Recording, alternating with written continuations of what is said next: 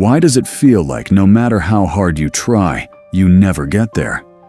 Why does it seem like the faster you move, the further away everything gets? You're chasing success, chasing love, chasing happiness. You're working harder than everyone around you. But somehow, you're still not where you want to be. If this sounds like your life, you're not lazy. You're not weak. You're not broken. You've simply been following a lie that the world has been telling you since the day you were born. More than 2,500 years ago, a Chinese philosopher named Lao Tzu understood this trap better than anyone. And what he taught back then is more relevant today than it has ever been. This truth is simple, but it will be uncomfortable. Today, we're going to explore the psychology behind why running destroys you. Stay until the end, because the final lesson could completely transform the way you approach everything in your life. And point number 5 is the one most people never realize until it's far too late. 1. The illusion of speed. We live in a world that worships speed. Work faster, achieve more, sleep less, hustle harder. From childhood, we're programmed with one belief: more effort equals more results. But Lao Tzu saw through this illusion thousands of years ago. He understood that movement without direction isn't progress, it's panic. Think about it. The person running the fastest is often the most lost. They're moving, yes, but they have no clarity, no alignment, no peace. Speed is not the same as direction, and movement is not the same as progress. 2. What you run from follows. There's a painful truth most people never accept. Whatever you run from gains power. You run from grief. It waits in your sleep. You run from failure. It echoes in every new attempt. You run from loneliness. It follows you into crowded rooms. Lao Tzu taught that resistance creates persistence. The more energy you pour into avoiding something, the more it grows. The shadow doesn't shrink when you run from it. It stretches. It expands. You cannot outrun what lives inside you. 3. The anxiety loop. Have you ever noticed that the more anxious you are about something, the worse it seems to get? That's not a coincidence. Anxiety isn't just a feeling. It's the mind running. Running from the present. Running into a future that hasn't happened yet. Running from a past that cannot be changed. Lao Tzu believed that suffering begins the moment we resist the present moment. And modern psychology confirms this. The harder you mentally run from what you're feeling, the more intense it becomes. You're not solving the problem, you're feeding it. The anxious mind is always somewhere else, and somewhere else is where your power dies. 4. The ego's need to control. Here's why most people can't stop running, because stopping feels like losing. The ego has one core belief: if I'm not forcing, I'm falling behind. If I'm not pushing, I'm giving up. If I'm not in control, everything will collapse. But Lao Tzu had a different understanding. He observed the river. The river doesn't force its way through the mountain. It doesn't fight the rocks. It flows around them, under them, and through the smallest cracks. And it always reaches the ocean. Always. Without force. Without panic. Without control. The river never forces its way forward. And yet, it still reaches the ocean every time. 5. The more you force it, the more it disappears. This is the truth most people never figure out, and it may be the most counterintuitive thing you will ever hear. The things you want most in life: happiness, love, success, confidence, peace. They don't respond to force, they respond to alignment. Think about this. The harder you try to fall asleep, the more awake you become. The more desperately you chase someone's love, the faster they pull away. The more obsessively you pursue success for the wrong reasons, the more hollow it feels when it finally arrives. This isn't bad luck. This is the law of nature.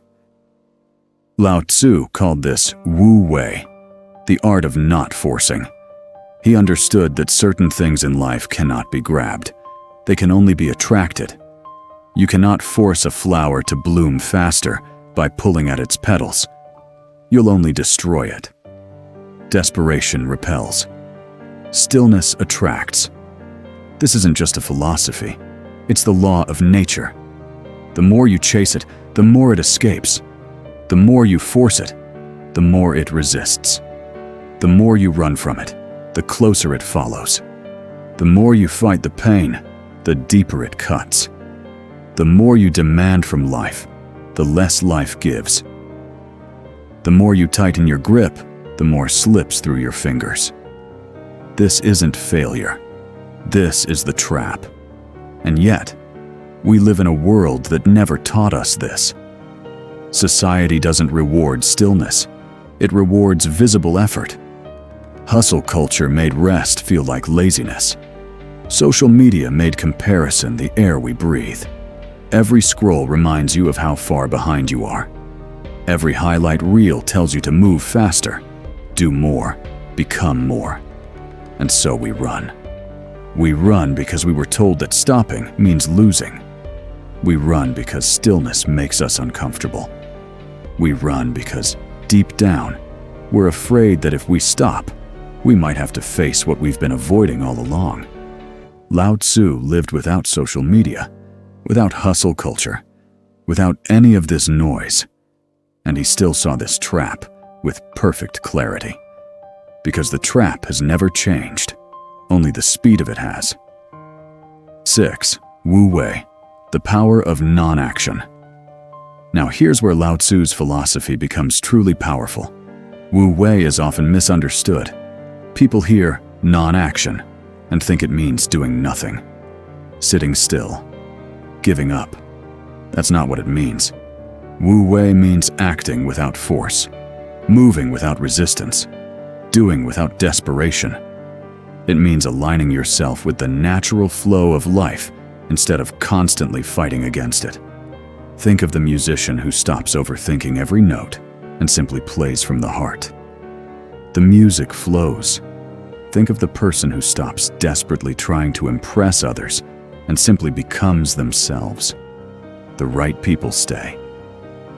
Think of the entrepreneur who stops obsessively chasing money and starts genuinely solving problems.